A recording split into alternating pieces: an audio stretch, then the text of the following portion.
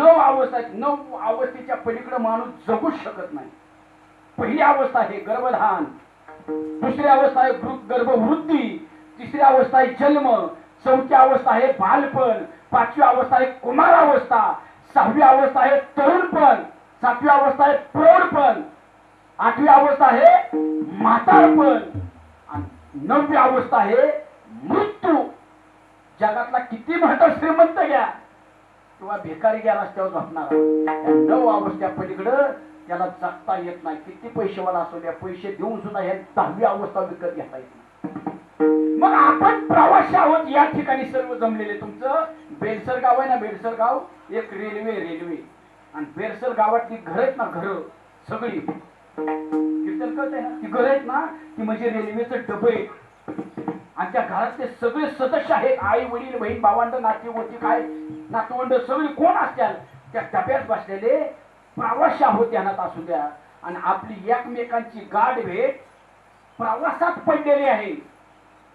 गाठ भेट पडलेले, आपला त्यांचा कायमचा संबंध नाही. आणि प्रवासाने मी वयाव कधीच ठरत नाही, तो तिकिटावर ठरतो. ज्याचं तिकीट जिथं संपल तिथं त्याची इच्छा नसली तर त्याला उतरावं लागतं का नाही, उतरावं लागतं का नाही. ध्यानात असू द्या, दादांच्या आयुष्याचं तिकीट 82 वर्षांचं होतं, पण आई साहेबांच्या आयुष्याचं तिकीट त्यांच्यापेक्षा कमी होतं. मग दादांच्या अगोदर आई साहेबांना जावं लागलं. प्रवास तिकीटावर ठरतो. ध्यानात असू द्या, कोणाचा गर्भातच तिकीट संपतं, कुणाचं जन्माला आलेलं तिकीट संपतं, कुणाचं 10व्या वर्षी संपतं, कुणाचं 50व्या वर्षी संपतं, कुणाचं 100व्या वर्षी संपतं. पण आपण प्रवासी आहोत. तिथं अडकून पडलो, आपण अडकून पडलो. आपल्याला एक दिवस मरायचंय हे सर्वजण आपण विसरून गेलोय, गेलो ना विसरून. पण ध्यानात ठेवा, तुम्ही काही विचारात ठेवा, लक्षात ठेवा, काय करायचे ते करा, पण एक गोष्ट कधीच विसरायची नाही, ते म्हणजे आपलं मरण. रोज त्याचं ध्यान करायचं. रोज मला हे एक दिवस सोडून जायचंय हाय असं. त्याचा निरोप आल्यानंतर कुणी सुद्धा थांबू शकत नाही. ध्यानात असू द्या, कुणाची ताकद नाही त्याच्या पुढं. अहो त्यांनी त्याच्या बापाला सुद्धा सोडलं नाही. ध्यानात असू द्या, त्याच्या बापाला तो पुढे वनात गेल्यानंतर माग बाप मरून पडला. ध्यानात असू द्या. हिरते पामर जीवाचे ते पामर जीवाचे ते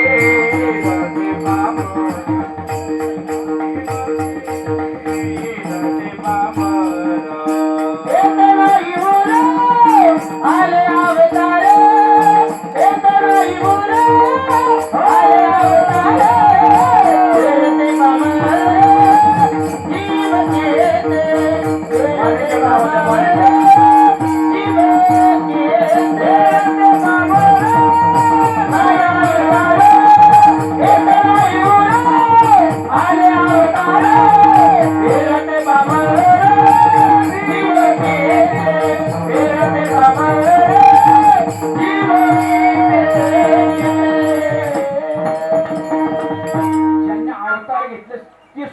थांबले नाही तर मग आपण काय, आपली काय अवस्था आहे.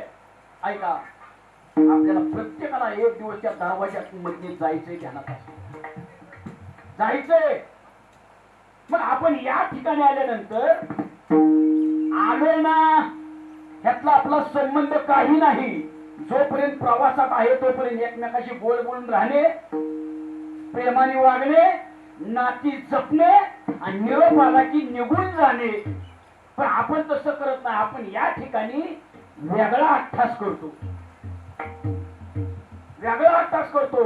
अख्खा 8 तास आपला संसारामध्ये घालवतो.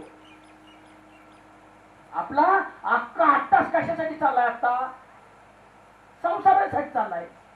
बर, संसारामध्ये ज्याचा 8 तास केला संसारात, त्याला कुणी त्यांना ठेवले. आता तुम्हाला आता काय जमीन असेल, जमीन आहे का तुम्हाला? मी तुम्हाला प्रश्न विचारतो, आहे का? तुम्हाला ती कोणी दिली? वडिलांनी दिली. वडिलांना कोणी दिली? आजोबांनी. म्हणजे आजोबांनी. आजोबाला कोणी दिली? पंजोबांनी दिली. बरोबर आहे, पंजोबाने दिली. पण पंजोबाचं आपले उपकार आहेत का नाही? पंजोबाचा आपले उपकार आहेत का नाही? पण पंजोबाचा आपल्या उपकार आहेत का नाही? ऐक मग पंजोबाचं किती जण वर्ष श्राद्ध घालते त्याने हातवर करा. पंजोबाचं वर्ष श्राद्ध घालणारे हातवर करा. त्याचा सत्कार करू का? त्याचं उपकार नाही आपल्यावरती तरी करत नाही. मग आपली परतूंड आपल्या घालते का? आपले नातवंड तरी घालते का? जास्तीत जास्त पोरगा ती पण पहिलं संपला विषय. बरोबर आहे. मग जो संसारात आताच करतो त्याला मागची पिढी ध्यानात ठेवत नाही. ध्यानात असू मग त्या संसारात आपल्याला काही फायदा नाही. संसार होतच असतो. ध्यानात असू द्या. तुम्ही करा नाही तर करू नका. संसार हा होतच असतो. परमार्थ करावा लागतो. परमार्थ करावा लागतो. मग आपला आत्ता शिटका चालू आहे. आत्ता इतका आपल्याला पक्क माहिती. माझ्या आज्या पंजापासनं माझ्या बापापासनं माझ्या शेताचा बांध बरोबर हितच आहे. माहिती आहे ना आपल्याला. तरी सुद्धा नांगरट करताना 1 तास त्या बांधावी करून टाकतो ना. एवढा 8 तास चालतो. मग कुणासाठी? कुणासाठी? बायका पोरांसाठी. ती ध्यानात ठेवते ती का? नाही ठेवू ध्यानात. काय काय तर इतकी वाईट लोक जगतात. इतकी वाईट संसारामध्ये ती विसरून जातात मला मारायचंय. काय करते ती? मधमाशी माहिती? मधमाशी जन्माला आल्यानंतर एकच काम तिचं मरेपर्यंत प्रत्येक फुलावरती बसायचं. फुलातला मध गोळा करायचा आणि एका ठिकाणी नेऊन तो साठवायचा. ती स्वतःच्या जीवाला पण खात नाही मधमाशी. दुसऱ्याला जवळ येऊन देत नाही. हात लावून देते मधमाशी. सहज हात लावून देत नाही. कोणतरी एक जण येतो त्या मधमाशाला तिथून हाकलून लावतो आणि सगळ्या माठाचा ताबा दुसराच घेऊन जातो. मधमाशीला मिळलं काय? बोला ना. बोला ना. तशी संसारात काय लोक ध्यानात असू द्या. काय संसारात की पोटाला चिमटा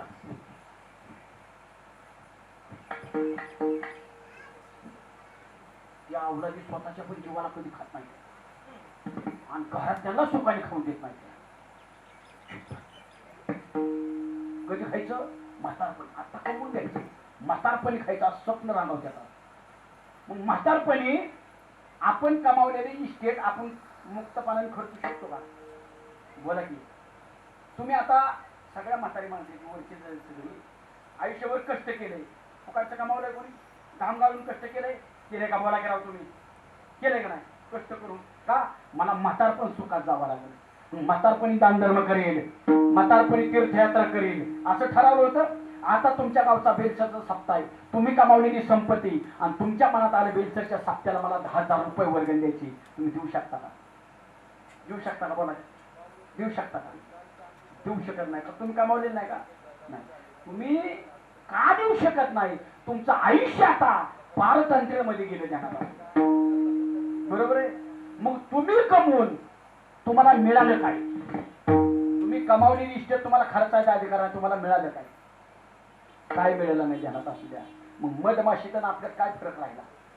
आला कमावलं दुसऱ्याच्या ताब्यात दिलं गेला निघून. काय मधमाशीतून आपल्याला साडी रे साडी बाळा साडी संसार छंदो माशिया मोहळ रे रचियला रे कंदू. तसं संसारात आपलं आयुष्य बरबाद नाही झालं पाहिजे ध्यानात असू द्या. मग आपला 8 तास भोगत चाललाय. आपल्याला कळत नाही मृत्यू जवळ येतोय. आपण आलं कशासाठी? आपल्याला पदरात पाडून काय घ्यायचंय आणि आपल्याला कायमस्वरूपी फायद्याचं काय ठरणार आहे ते विसरून गेलो. कायमस्वरूपी फायद्याचं काय ठरतं? त्याची भक्ती केली फायदे ठरते. तिथलं काय नाही. तिथलं काय नाही. त्याची भक्ती फायद्याची ठरते. मग आपण अख्खं आयुष्य सगळं असं बोगस घालवतो. विश्रांती कधी घेतली? विश्रांती घेतली कधी आयुष्यात? आपण कधीच घेतलेला ध्यानात असू द्या. आणि सगळं आपण ह्यांच्यासाठी जे कष्ट केलंय त्यांचं आपल्यावर जे प्रेम आहे ना शेवट बघायचं ध्यानात असू द्या. म्हातारपणी ठेटे पडसे खोकला हात कपाळाला लावलेलं पैसे खबरेची वाटी झाल्या शेमूक कळत ना श्लेष्मापुरी बोलगाचा शब्द नयची आणि गडगडी कंठ कप भारी. त्यावेळेस सगळं व्यवहार हंतरून व्हायला सुरुवात होईल ना त्यावेळेस शेजारी म्हणती मरे नका मेला आणीला कंटाळा येणे अशी अवस्था होती ध्यानात असते. सगळं संपलेलं असतो, शेवटचा श्वास मोजत असतो, अख्खं आयुष्य भोगत गेलेलं असतं मधमाशीसारखं त्या. आणि शेवट असतो, हे भगवंता, हे देवा, मी तो अनाथ अपराधी, कर्महीन मतिमंद बुद्धी, तुझने आठवले नाही कधी वाचे कृपा निधी माय बापा. नाही ऐकले गाईले गीत, धरलीला सांडले हे नावडे पुराण बैसले संत केली भूत परनिंदा. नाही केला करवेला परोपकार, नाही दया आली फिरता पर, करून हे तो केला व्यापार, वाहिला भार कुटुंबाचा. सगळं संपलं त्यावेळेस आणि आपलं सगळं शेवटचं श्वास चालू असतात पाहुणेरावळी भेटायला येते. ते पाहुणेरावळी आपल्याला भेटायला ती सरळ सुद्धा बघत नाहीत आपल्याकडे. बोलताना सगळं कोणाला रुमाल लावून बोलते.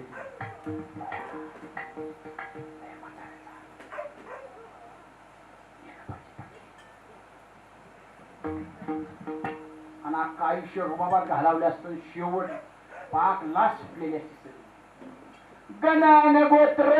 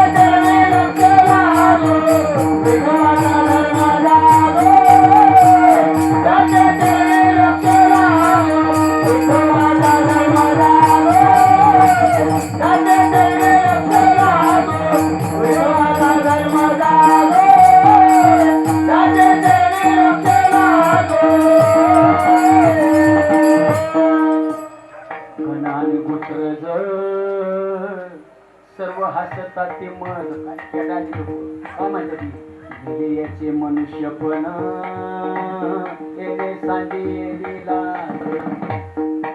काय वाट बघावी आपल्या मृत्यूची वाट.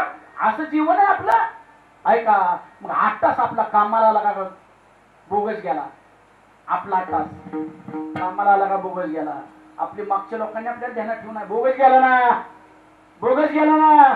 पण संतांचा 8 तास आहे का? संतांचा 8 तास आहे का? संत जीवन कसं जगतात. एक राजस्थान मध्ये नरसिंह मेहता नावाचं पात्र आहे. नरसिंह मेहता संत, भगवंताचे निश्चिम भक्त. जसं आपण पंढरपूरच्या पांडुरंगाचे लाडके लढीवाळ भक्त कुणाला म्हणतो, मी जाऊ का घरी, नामदेवरायांना म्हणतो पांडुरंगाचे लाडके लढीवाळ भक्त. तसं ती नरसिंह मेहता भगवंताचे निश्चिम भक्त, पण 18 विश्व दारिद्र्य, पण एकच ध्यास पांडुरंग पांडुरंग पांडुरंग विठ्ठल विठ्ठल विठ्ठल विठ्ठल. रातून दिवसात चिंतन भगवंताचं. ऐका गरिबी त्यांची. दोघं भाऊ दोघ जण आहेत. एक श्रीमंत आहे, थोरला भाऊ श्रीमंत आहे, आणि नरसिंह मेहत्यांची गरिबी धाकतेच. नरसिंह मेहता दोघांची लग्न झाल्यात, दोघं वेगवेगळे राहतात. आणि भावाचं प्रेम लहानपणी ना, तुम्हाला मोठ्या भावाला एखाद्या मी शिवी देऊ द्या, बारका भाऊ त्याच्यावर तुटून पडणार ध्यानात असू द्या. मी तरी चालेल, पण माझ्या भावाकडे शिवी देऊन बोलतोय का? किती प्रेम असतं भावाचं लहानपणी. पण तेच प्रेम लग्न झाल्यानंतर संपून जातं. भावा तोंडाकडे सुद्धा बघत नाही ध्यानात असू द्या. इतकी वाईट अवस्था आहे. मरायचे ना आपल्याला एक दिवस, मरायचे ना. घ्या ना प्रेम करून भावावर. तुम्हाला प्रामाणिकपणे विचारतो, तुम्ही भावाभावात दोघं भाऊ, आणि तुम्हाला चांगला सल्ला पाहिजे. सगळे मार्ग बंद झाले. चांगला सल्ला तुम्हाला आपल्याला आपला सक्का भाऊ देईल का बायकोचा भाऊ देईल? बोला की. आपला भाऊ देईल ना. चांगला सल्ला कोण देईल? आपला भाऊ देईल. पण आपण सल्ला कोणाच्या भावाने येतो? नाही का थोडी तरी हुशार म्हणजे बायकोच्या भावाचा. सक्का भाऊ दिल ना, तुम्हाला फोन आला, हे दादा मला आत्ता अर्जंट 20,000 रुपयाची गरज आहे, 20,000 रुपयाची गरज आहे, मी 1 तारखेला पगार झाले तुला देऊन टाकेल, किंवा तुझे एकदम आलं की तुला देऊन टाकेल, फक्त मला आत्ता 20,000 रुपये दे. फोन आला तर त्याला काय म्हणता तुम्ही, एक मला 10 मिनिटं वेळ दे, 10 मिनिटं तुला ऍडजस्ट होत्यात का नाही सांगतो. त्याचा फोन ठेवल्या त्याला 20,000 देऊ का नको ह्याचा पहिला सल्ला तुम्ही कोणाचा घेता? बायकोचा. बर बायको द्या म्हणेल का नका देऊ म्हणेल? नका देऊ म्हणेल.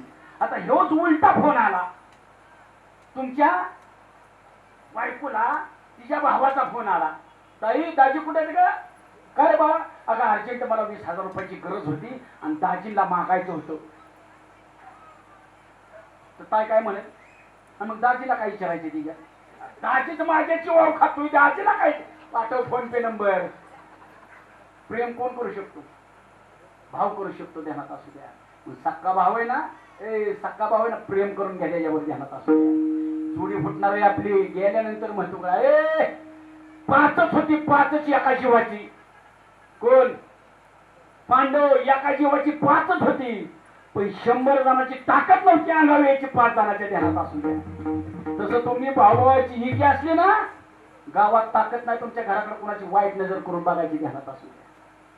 भावाची ताकद आहे, ध्यानात असू द्या. जर भावाचं पटत नसलं, आत्ता जा, बारका असेल त्याला काय केलं असेल मागचं माफ करून टाका. आपल्यापेक्षा मोठा असेल त्याचं पाय धरा, दादा झालं हे झालं, आपल्याला सोडायचं यायचं, तू आधी जातोय का मी आधी जातोय मला माहित नाही, सोडायचंय, मला माफ कर. मागा ना माफी मागाय कुठं काय शनिवार आडवे जाऊन मागायची माफी? तवा घरात मागायची, मागा ना माफी. जाणार आहे ध्यानात, एका याच्या पुत्रात जन्म घेतला, ध्यानात असू द्या. लहानपणी एकमेकाला मिठीतनं सोडत नव्हतो आपण, तेच लागल्यानंतर आपण एकमेकाची तोंड बघत नाही, ध्यानात असू द्या. तसंच नरसिंह मेहताचे मोठे भाऊ कोण आहे? श्रीमंत आहेत. नरसिंह मेहता एकदा पूजेला बसले, पूजेला भगवंताची पूजा चालली आणि भावाला तिकडून मोठा भाव आणि आवाज दिला, नरसिंह देव सोडून कुठं भरत नाहीत म्हणून. म्हणजे तुम्ही चिडलाय का? शिवे का देताय त्यांना? चिडलाय का? म्हणला कळत नाही का त्याला? अक्कल नाही का? उद्या वर्ष श्राद्ध कुणी घालायचं? म्हणजे दादा भाऊजी कुणाचं वर्ष श्राद्ध आहे? आमच्या दोघांच्या बापाचं वर्ष श्राद्ध आहे ना, कुणी घालायचं वर्ष श्राद्ध? तिने हात जोडला, भाऊजी ऐका, दोघांच्या बापाचं वर्ष श्राद्ध आहे ना, एक काम करा, तुमची जशी परिस्थिती तसं तुम्ही वर्ष श्राद्ध घाला आणि आमची जशी परिस्थिती आमच्या आईपती प्रमाणे आम्ही वर्ष श्राद्ध घालतो. जरा ते राग आला ना भाऊजीला, भाऊजी 10 दिवशी आक्रमक झाला, लोका एवढी मस्ती आली का? बघतो कशी वर्ष श्राद्ध घालतात तीच बघतो. मोठी माजुरी असते ती, त्यांनी गरीब भावाला समजून घेतलं पाहिजे ना. श्रीमंत झाला म्हणजे अरे एकाच आई बापाने जन्म दिलाय, ते जे गरीबी होतो हसतोय.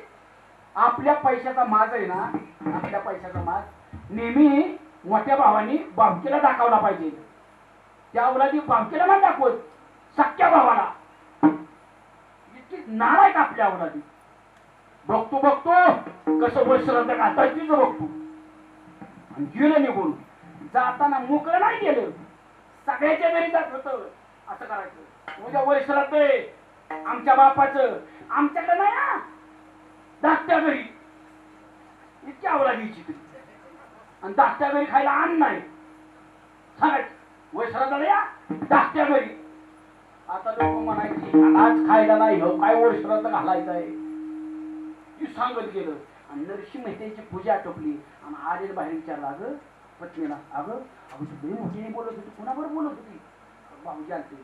म्हणजे इतक्या मोठे, आपण वैष्णव आहे, वैष्णवानी इतक्या मोठ्याने बोलायचं नसतं. अहो ती म्हणजे तुम्हाला शिवाय दिल्याला मी सण नाही करू शकत. ती काय म्हणत होती? ती म्हणजे वैश्राद्ध बापाचं घालायचंय, तुमच्या पद्धतीने तुम्ही घाला, आमच्या पद्धतीने आम्ही घालतो. तू श्रीमंत आहे, आपण गरीब आहे, त्याची आपल्याला गरज आहे, आपल्याला त्याची गरज आहे, त्याला आपली गरज नाही. तू असं कशाला उगाच बोलली? हो का, काही असू नये मी सगळं सहन करीन, पण माझ्या नवऱ्याचा अपमान कधीच सहन करू शकत नाही. कोण म्हणली? जाऊ का घरी मी? बायको मध्ये नरशी सगळं सहन करील, पण नवऱ्याचा अपमान मी कधीच सहन करणार नाही. तुम्ही काय करता? आपलं कसं होय ना, जुन्यातल्या महिलाच वेळ आहे. त्या म्हणल्या मला मी नाही अपमान सहन करणार नवऱ्याचा. आताच्या म्हणत्याला सासरवडीत गेले एखादी गोष्ट म्हणजे मला एवढं कमी पडलं काय बरं तू सांगा की माझ्या बापाच्या तर तुला कसं कमी पडलं, लगेच बापाची बाजू घेऊन मोकळ्या. सहन करील बाकीचं सगळं, पण माझ्या नवऱ्याचा अपमान सहन करणार नाही. मग आपण वशिला तर घालायचं कसं? घालायचं कसं? ती काय म्हणजे काळजी करणार का? माझ्याकडे एक फुटकट डुल आहे. डुल काय म्हणते त्याला? फुल काढून कानाचा फुल, कानाचा फुल फुटकट सुन काय करा, ही मोडा आणि ह्याच्यात जेवढं सामान येईल तेवढंच आणा. आपण पाणी पिऊन झोपू. थोडंच मित्र जेवाय घातले, दोघांचं स्वयंपाक आलं तरी चालेल. ठीक आहे. आणि बायकोचं महत्व कधी कळतं माहिती का? आपलं सगळं दरवाजे बंद होत्याल ना, त्यावेळेस बायको बिचारी आपल्या मागं उभी राहते. आपल्या मागं उभी राहते. ती म्हणते टेन्शन कशाचं आहे तुम्हाला? टेन्शन कशाचं आहे? मी आहे ना, का घाबरताय? त्याला पत्नी म्हणतात यानात असू द्या. पण आपली इतकी नालायक आवडली, म्या म्हणून तुला सांभाळली. विचित्र आपण बायकोचं महत्व चावा कळतं ध्यानात असू दे. बायको असेल ना, मनापासून प्रेम करून घ्या बायकोवरती. मनापासून प्रेम करा. कारण जोडी फुटली ना, त्याला जाऊन भेटा एखाद्या टायमिंगला.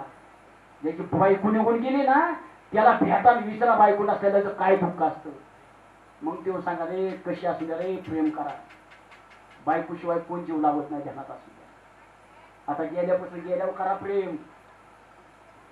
गेल्या काय बघू नका, उलटान काय बघू नका अजिबात. जवळ घेऊन बसा, गप्पा मारा, उलटणार आपण एक दिवस. बरोबर आहे ना? प्रेम करा. करताल का? नाही तर एखादं गुलाबाचं फुली घेऊन जा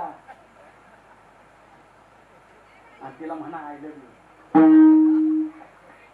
फक्त फुल देताना आपल्याला बायकोला द्या.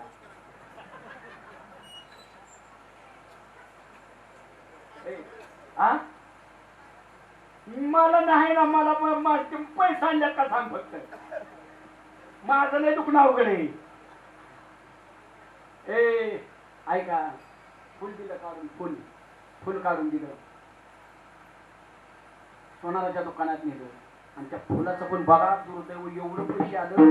फक्त 2च माणसाचा स्वयंपाक होईल एवढंच आलं सामान. आता 12 वाजता वर श्राद्ध आहे. 12 वाजता वर श्राद्ध घालायचे आणि तिने सामान काढून बघितलं सकाळ. त्याच्यात सगळं आहे, पण त्याच्यात तूपच नाही. ऐका, त्याच्यात तूपच नाही. तिने भांडं आणि सांगितलं हे घ्या भीक मागून तूप आणा, कारण तूप आल्याशिवाय तुमच्या बापाचं वय श्राद्ध होणार नाही. विचारा गेला प्रामाणिक होता. नरसिंह मेहता गेले एका दुकानात. सांगितलं दुकानदार दादा आमच्या वडिलांचं वय श्राद्ध आहे, मला तूप द्या ना थोडं. त्यांनी तूप टाकायला लावलं कामगाराला. तूप टाक दे. तूप दिलं. माघारी फिरशी नरसिंह मेहता माघारी फिरले आणि त्या दुकानदाराने हाक मारले, ओ नरसिंह, हो बुवा, तुपाचे पैसे? ती म्हणजे माझ्याकडे असताना आल्यावर येईल ना. त्यांनी इकडे म्हणजे इकडे या. कामगाराला सांगितले तूप ओतून घे माघारी, फुकट देणार नाही म्हणले. पाणी यायला लागलं डोळ्यात. नाही का पाणी यायला लागलं. निघून चालले. पण हा सगळा प्रकार पुढच्या दुकानदाराने बघितला. त्यांनी सांगितलं मेहताजी, नरसिंह मेहताजी, ऐका, तुमच्या वडिलांचं वर्ष राहते ना, त्या दुकानदाराने तूप माघारी घेतलं ना, ऐका मी देतो तूप तुम्हाला, मी देतो. नरसिंह मेहता मध्ये नको, मला आता तूपच नको. माझ्या बापाचं वर्ष राहते ना, त्याला काळजी असलं तर तेव करत, नाही तर मला तूपच नको. फुकाट मला नकोच. त्यांनी सांगितलं मी फुकाट देत नाही. ह्याच्या बदल्यात माझ्या दुकानासमोर एक तासभर भजन करा. भजनाचं नाव काढल्यावर भांडच हातात न खाली टाकलं आणि भजनालाच उभा राहिलो. 11:15 वाजल्या. तुफाना गेलाय नवरा. थोडी चिडली असेल ती बिचारी. अहो 12ला फुलं पडायच्यात ना. पावणे 12ला काय केलंय का, देवाऱ्या समोर गेली. देवाऱ्यातनं भगवंताची मूर्ती उचलली. मूर्ती आणि त्या मूर्ती सगळं बोलायला, ए आता कसा आहे भगवंता तू? अरे माझा नवरा 5 वर्षाचा असल्यापासून तुझं भजन करतोय, तुझी सेवा करतोय. आज त्याच्या बापाचं वर्ष श्राद्ध आहे आणि त्याला भिकाऱ्यासारखं भीक मागायला लावलंय. काय तुझा उपयोग आहे? तेव्हा आवाज तिथं नाही थांबला. वैकुंठात गेला. घामच फुटला देवाला. ताड दिशेने देव उठला. ऐका काय केलंय, नरसिंह मेहत्याचं रूप घेतलं. फटक पागोट बांधले, फटकी बंडी, फटक लोटरे. ऐका, आणि देव आलाय. देव हातात तूप घेऊन वाराला धाच कमी होत्या.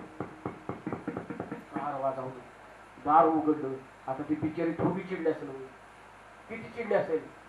अब 10 मिनिटं राहिल्यात. तूप आणा. कधी गेलता? कधी वस्त्रात करायचं? कधी देवाला फुलं टाकायची आपण? अगं ती म्हणजे चिडू नको. तुम्हाला लय सरी ताप झाल्यावर कुणावर राग काढता तुमचा? नवऱ्यावरच ना?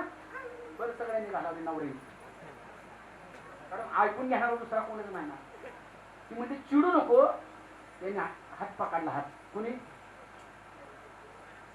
देवानी. आयुष्यभर भजन कोणी केलं? बोला की. आयुष्यभर भजन कोणी केलं? नवऱ्याने. आणि देवाने दर्शन पाहिलं देईन कुणाला इथं? असंच ध्यानात असू द्या. ते सगळं कष्ट करतात आणि सगळं तुम्हाला देतात. हो तुमच्या हातात रुपया खर्चायचं म्हटलं तर तुम्हाला त्याच्यात करू का? तुम्ही कधी म्हणा, तुम्हाला नवऱ्याने विचारलं 100 रुपये वर्गणी सप्त्याला देऊ का? तर तुम्ही काय 100 कशाला? बरोबर आहे का? प्रेम आहे. देवाने हात धरला. देवाने. आणि इकडे मला तयारी करायची होती सगळी. हाताला धरून बाहेर आणलं. अगं ही सगळी तयारी करत होतो. सगळ्या पाच चक्रात नुसता मांडवच. बसायला पाठ चंदनाचा, ताटाखाली चौरंग चंदनाचा, चौरंगावर ताट, ताटात वाट्या, वाटीत चमचे. जर्मनच्या गावात पितळीची, गावात चिंच नाही तर सगळं सोन्याचं. आणि ती सकाळी सांगायला येतं का? सांगत 8 दिवशी उद्या वर सांगतय. लोक अशी आली आणि बघितलं तर मंडळात एवढं गुंजवर कधी रुपया दाखवला, कधी साठवलं असं हे नरसिंह मेहत्याने. आता लोकच ना ती लोकच बघितलं तर काय. मग बायको काय म्हणली माहिती का? डोळ्यात डोळं घातलं बायकोनी. कोणाच्या? देवाच्या. तो देव हाता पण बायकोला दिसत आता नवर देव. तसा हे तुमचा देवच आहे, पण आपल्या देव दिसतो नवर देव. तिथं सगळं पुढे पेन खाते घेणार असेल. अशी बघितलं असत. 5 मिनिटं त्याच्याकडे अशीच बघत होती. कळला रे, कळला. आयुष्यभर कधी होत पाहिजे शिव.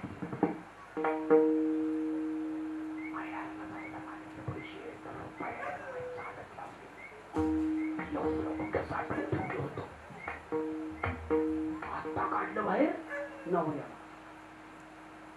ती म्हणजे जाऊन लोक आले जेवाय बसवले पाहिजेत. ती म्हणजे सगळं झालंय, पण पूजेसाठी ब्राह्मण काका लगेच आणतो. गेले गावात तर ब्राह्मणाकडे गेले. ब्राह्मणाला म्हणजे काका वडिलांचं श्राद्ध आहे, त्याला पूजा करायची. आता ते होता कोण? देव. ब्राह्मण काका कोण देत होता? नरसिंह मेहता. ब्राह्मण म्हणला ह्याच्यात जाऊन आपल्याला रुपया पण मिळणार नाही. त्याने सांगितलं मला जुळणार नाही, मला 10 पूजा आहेत आज. ब्राह्मण म्हणलं तू नाही दुसरा. आनंद गावात एक येड होते, येड चौकात बसलेलं येड. त्याला म्हणलं चल कुठं पूजा बघ चल. पूजा का घालायला घेऊन आलं. बायको म्हणजे ब्राह्मण. मग ही कोण आहे म्हणजे? आम्ही चौकात नाही येड. आपण म्हणजे मंत्र कसं म्हणताय बघ ना. त्याच्या ठेवला देवाने डोक्यावर हात ते मंत्रजी म्हणायला लागलं सगळं गाव त्याच्याकडे एवढं अहो देव आहे ना देव ऐका आणि लोक पूजा झाली जेवली लोक आणि जाताना मोकळे हात धुवून निघाले ए म्हणजे आम्ही ताट घेऊन चौरंगण पाठ कोणी न्यायचा कोणी माझी आम्ही तुमच्यासाठी सगळं घरी घेऊन मग तर चक्कर झाली लोकांना आणि आणाला माग होत का आणि सोन्याचं आज करायला लागलं सोन्याचं घेऊन जा सगळं ऐका सगळी लोक घेऊन गेली आणि तिकडच्यांचं भजन उरकलं तुपाचं भांडे घेऊन आलं ती आलं ही गायब झालं ही गायब झालं आणि त्याने दारावर ती आता थरथर कापत होता आता इतका वेळ झाला आता काय म्हणते कोणाच्या अंगावर धावून येते का काय उगा हाबारलं होतं तूप चेष्टा करताय का मला अगं तूप आणाय घेतो ना पण आता 12:30 वाजत आल्या ना एवढं मोठं श्राद्ध घाताय माझी चेष्टा करताय काय नरशी मेहतेच्या लक्षात आलं काहीतरी गोंधळ केला म्हणजे कोण अगं मी नव्हतो त्यांच्या डोळ्यातनं पाणी आला ग म्हणजे वेळे आयुष्यभर त्याचं भजन मी केलं आणि त्यांनी येऊन दर्शन तुला दिलं अगं देव होता देव अयो मला कळलंच नाही बाया देव देव होता जा जा जा जा पाटकीने घेऊन या त्याला ती नदीव गेला हात पाय धुवायला नदीव गेलं गाठलं तर देव तिथं होता चालले होते ऐका नरसिंह त्याने सांगितलं भगवंता माझ्या गैरहजेरीत माझ्या बापाचं वय श्राद्ध तुम्ही घातलंय पण माझ्या ताटाला तुम्ही ताट लावून जेवल्याशिवाय माझ्या बापाचं वय श्राद्ध पूर्ण होणार नाही आले तर म्हणले येतो ऐका भगवंत आले लक्ष्मी आई साहेब आल्या भगवान शंकर पार्वती आई साहेब ब्रह्मदेव साहेब अजून आले जेवायला ताट वाढली तोवर ही बिचारी जेवायला ताट आणि जेवाय बसायच्या टायमिंगला त्यांनी काय सांगितलं माहिती देवाला कोणी नरसिंह त्यांनी हो देवा 5 मिनिटं थांबा फक्त 5 मिनिटं का माझ्या भावाला जेवाय घेऊन द्या मला अरे त्यांनी तर तुला शिव्या दिल्या ना त्यांनी तर छळलं ना तुला त्यांनी सांगितलं त्यांनी जर मला शिव्या दिल्या नसत्या त्यांनी जर मला छळलं नसतं तर तुम्ही आलाच नसताना माझी इच्छा त्याला जेवाय बसावला ऐका आणि भावानी विचारलं नरशी अरे देवाने आपल्या बापाचं वैश्राद्ध घालायला यावं असं तू केलं तरी काय मग तुकोबारांनी संतांचं उदाहरण दिलंय अभंगाचं पहिलं यासाठी केला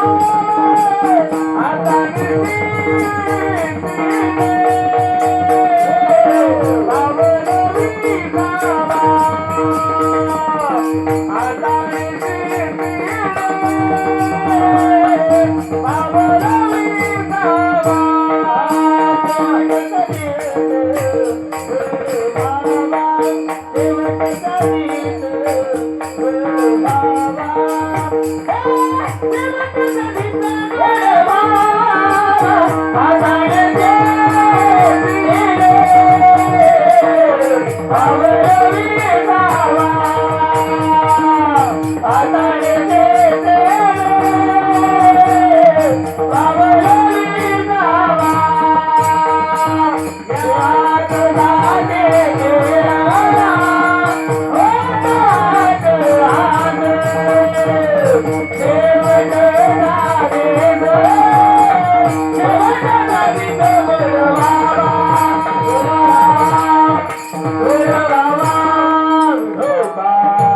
रखुमाई रखुमाई विठोबा रखुमाई विठोबा रखुमाई विठोबा रखुमाई विठोबा रखुमाई विठोबा रखुमाई विठोबा रखुमाई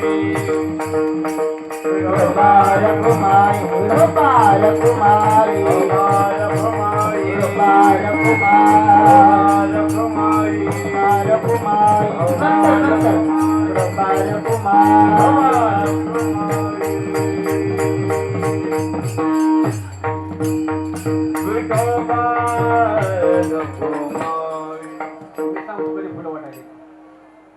5 मिनिटं फक्त थांबा. मी सांगतो सगळ्यांना पुढे कधी वाटायला. ऐका. मग आता आपला आत्ताच बोगत चालला असला तर आपल्याला करायचंय काय?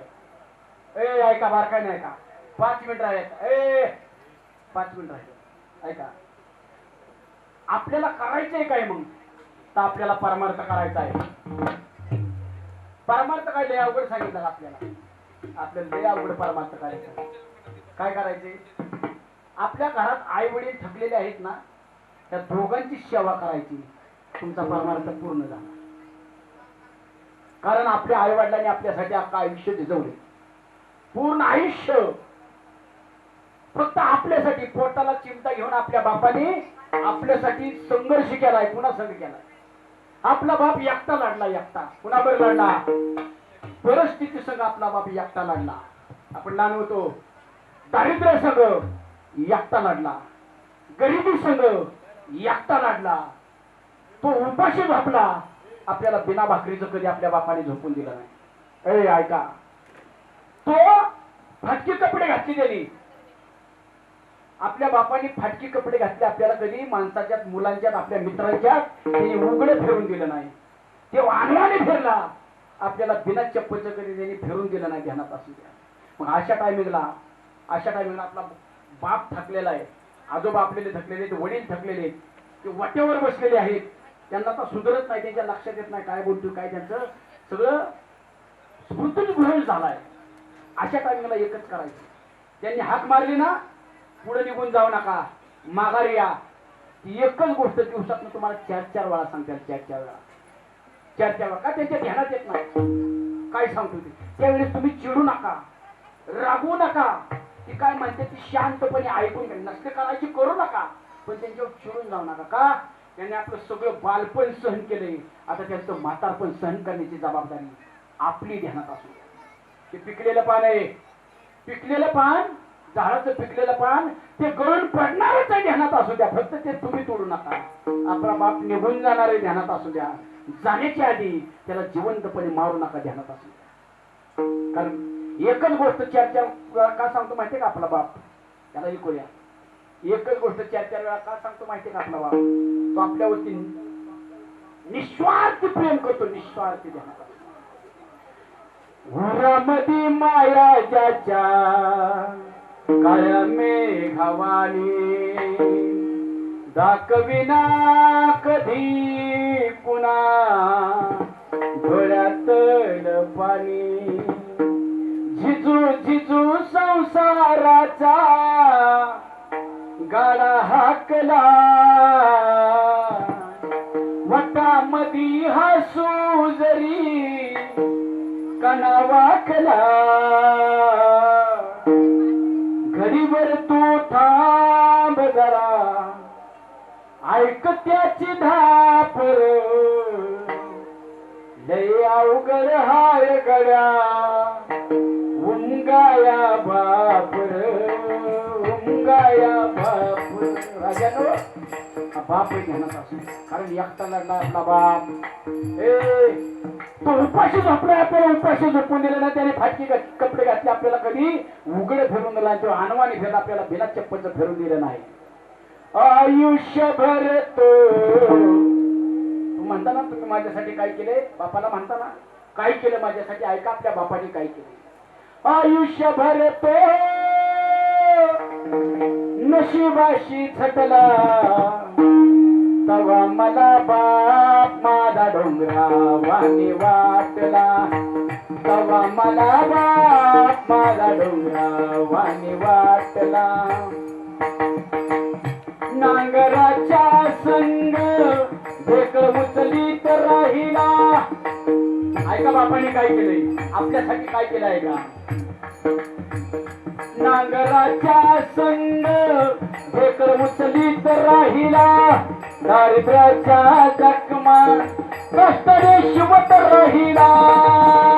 तया हाताचा पाया करून संसार पेलविला संसार पेलविला. उन्हावर पावसात कधी नाही थकला उन्हावर पावसात कधी नाही थकला. तवा मला बाप मला डोंगरावानी वाटला तवा मला बाप मला डोंगरावानी वाटला. काया शरीरात घाम जिरवीत राहिला काया शरीरात घाम जिरवीत राहिला. नेहमी पोटावरती हात फिरवीत राहिला फाटल्या चपलीला घाली. ऐका काय केलंय आपल्या बापाने तो अनवाणी फिरलाय त्यांनी फाटकी चप्पल घातली आपल्याला बिना चप्पलचं फिरून दिलं नाही. फाटल्या चपलीला घाली सुतळी बांधुनिया सुतळी बांधुनिया. डुक्याचा बांध त्याचा कधी नाही फुटला डुक्याचा बांध त्याचा कधी नाही फुटला. तवा मला बाप मला डोंगरावानी वाटला तवा मला बाप मला डोंगरावानी वाटला. राजानो हा बाप आहे घरात असू द्या हा बाप आहे ज्याचा बाप जिवंत आहे ना भाग्यवान आहात. हे ज्याचा बाप जिवंत आहे ना भाग्यवान आहात. त्याला आत्ता मिठी मारून घ्या आत्ता. ज्याची आई जिवंत आहे ना राजानो खरंच भाग्यवान आहात. तिच्या मांडीवरती आत्ता डोकं ठेवून झोपा आत्ता. कारण आयुष्यातनं ही मांडी आणि मिठी आता निघून गेली ना सगळा समाज तुमच्याजवळ फक्त स्वार्थासाठी आणणार फक्त स्वार्थासाठी राहिला. आई वडिलांची सेवा करा भगवंताला दुसरं काहीच नाही पाहिजे. आई वडिलांची सेवा तीच त्याला आवडते. ध्यानात असं द्या. जिवंतपणे त्यांच्या चेहऱ्यावरती हसू ठेवा. मेल्यानंतर ते बघायला नाहीत किती मोठं वैश्राद्ध घालाय किती गोड जेवण घातल्या. जिवंतपणे त्यांच्या चेहऱ्यावरती हसू ठेवा बाकी काहीच लागत नाही. आणि हाच परमार्थ आणि तुकोबारा म्हणतात मी आयुष्यात परमार्थ केला भगवंताशी नातं जोडलं आता मला मुक्ती नवरी म्हणून मिळाली. आता इथलं पुढचं सगळं भगवंताच्या सेवेमध्ये भगवंताच्या संगतीमध्ये पुढचं सगळं दिवस खेळेमेळीमध्ये जाणं अभंगाचं शेवटचं तुका म्हणे मोठे परमिलो नोवारी तुका म्हणे मोठे परमिलो नोवारी तुका म्हणे मोठे परमिलो नोवारी तुका म्हणे मोठे परमिलो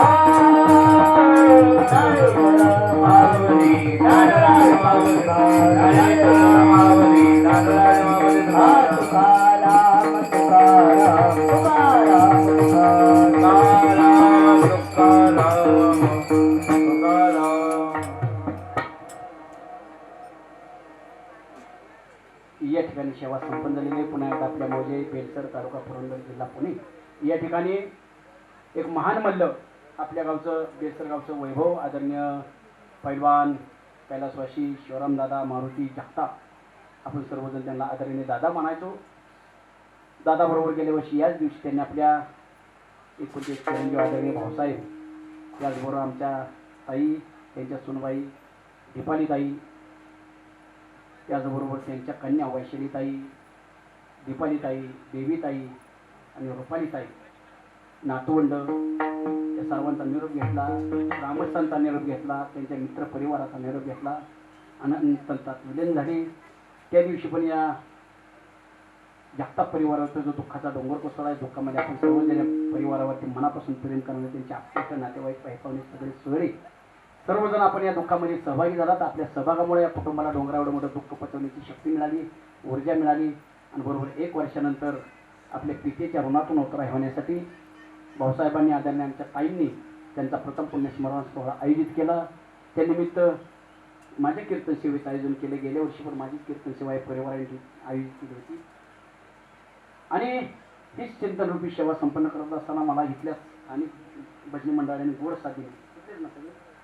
सर्वांनी गोड साथ दिली. सर्वांची चरणी नतमस्तक होतो. त्याच्याबरोबर गायनाचे हरिभक्त पारायण कपिल महाराज चव्हाण बाबा, आपण गोड साथ दिली, तुमची चरणी नतमस्तक होते. त्याचबरोबर माझ्याबरोबर आलेले गुरुबंधू आमचे एक उत्कृष्ट कीर्तनकार, उत्कृष्ट गायनाचार्य, उत्कृष्ट मृदंगाचार्य हरिभक्त पारायण हनुमंत महाराज कुमार बाबा, आपण गोड साथ दिली, तुमची चरणी नतमस्तक होतो.